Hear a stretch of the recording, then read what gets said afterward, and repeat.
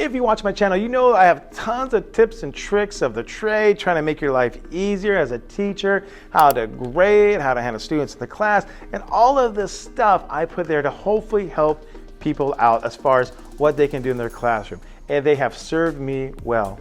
But when I think about it, as good as these tips are, as good as these tricks are, there's still a little nuance to it. There's still this little secret sauce that kind of makes it all work. There's the grease of the wheels.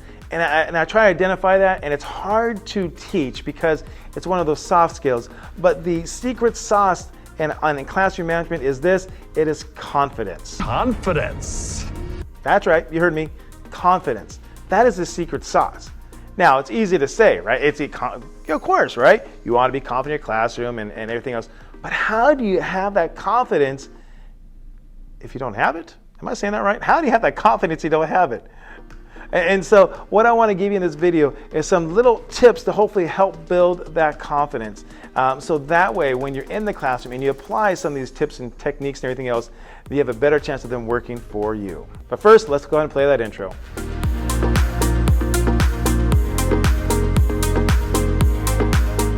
Fake it until you make it. Now, don't get me wrong, kids can pick up on when you're not being sincere, right? But there is this level of faking it until you make it, because once again, for me, it took me 7 years before I finally got comfortable with being a teacher, and those were some rough 7 years. So how can you fake it till you make it? And the best thing I can advise you is this, and forgive me for this analogy or this comparison, but I was a big Cesar Millan fan. Cesar Millan. Right, Cesar Millan. My wife we had a dog walking business and everything else, and we realized dogs are even better at picking up on energy and everything else and fakeness more than kids are. And so we had to learn how to deal with these dogs. And so we were watching Cesar Millan, and I remember he was helping somebody walk their dog, and he said, what I want you to do is I want you to think of the most powerful person you could think of, the most confident person you can think of, and I want you to pretend you are them. Channel that. And then when they channeled it, oh my gosh, there was a difference in the way they carried themselves, there was a difference in the way they talked and the way they walked, and the dog picked up on that energy. Just to be clear, I'm not saying students are dogs, but there's something to say about that energy. So my advice to you, when I say fake it till you make it, what I want you to do is I want you to try to harness that same thing. I want you to think about what is one person you idolize it could be in the teaching field or it could be somebody in general. And I want you to display that confidence. You know, the way you talk, the way you position yourself, the way you hold yourself, and all of that. Try to channel that through you. Now, it's not going to be easy, it's not going to be clean, it's not going to be simple, and it's going to be all weird and stuff at first. But if you can get in the habit of doing that, before you know that, you're going to start transforming your identity in the classroom. And to get to the point where not only are you faking confidence, you're actually going to start to develop some of that confidence. So once again, fake it until you make it. Channel somebody you admire. Another tip I would give you in order to get a confidence is be prepared. Even to today, if I come into a classroom and I'm not prepared for that day, or something comes up and I'm not prepared for it, I get flustered, and I can see the students in the classroom start kind of getting a little antsy. Students love stability. Now, they're not going to tell you that, but it's true. Students love stability, and that stability comes from you being prepared. Being prepared as far as what the students are going to do today, being prepared as far as your routines and practices, just being prepared. Try to think out all the possible scenarios that can happen in your classroom, and try to come up with solutions for those. So that could be the routines you want to put in place. Think about how those routines are going to play out and why you have the routines and what it's going to look like in your classroom. And so prepare for that. It could be a lesson. All right, prepare for a lesson. Make sure you know your material and make sure you know how you want to present it. Make sure you know what you're expecting students to do in return. And also plan what's going to happen if you don't finish material or if you finish too early as well. So think it all through. Be prepared as you can, because if you're prepared as you can, that's going to build a confidence that you feel and that you know what you are doing. Next one, and I'll be honest with you, this is one I neglect probably more than anything else. Be physically ready for your class. And that usually means sleep. That's usually what it comes down to. But there's a difference from when I'm in a classroom, I'm tired, And there's a difference when I'm in the classroom, I got plenty of sleep.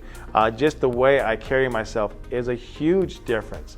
And so if you're tired, your ability to teach, your ability to have classroom management, your ability to carry through and everything you want to is going to diminish. So do the best you can to get enough rest. Now, once again, I don't follow this advice as much as I should. And definitely in the first years of teaching, this is something that's going to be hard because you're going to feel so overwhelmed with all the things you're going to do. But I believe the dividends of you sleeping will pay off long run in your classroom management. Just as you have to be physically ready, prepared, be emotionally ready.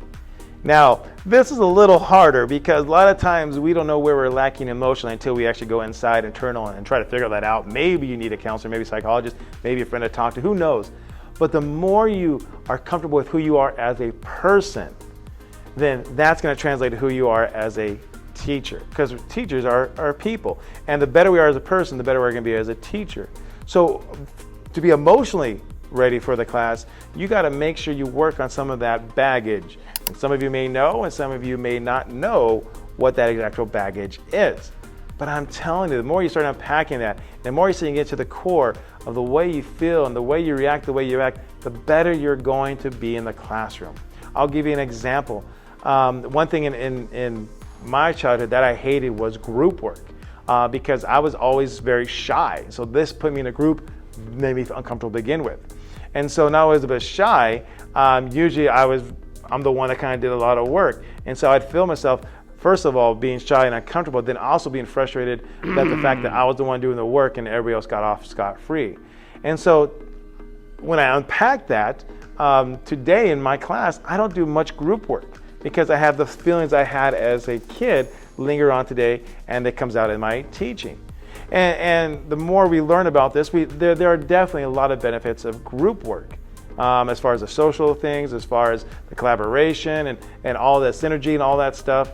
But yet, I still have a hard time with it because of my experience in my childhood. So the first part is recognizing that. And the next part is really analyzing to see, the way I feel, is it really because of what happened in my past, or is it because of what I know as a teacher as far as information, facts, and how students react? And so that's something I'm still trying to go through to figure out. But that's just a quick example of how something in the past affects me today. So we put all this together, you mix that in a big pot. Once again, it's not going to be simple, it's not going to be clean, it's going to be messy going through this process.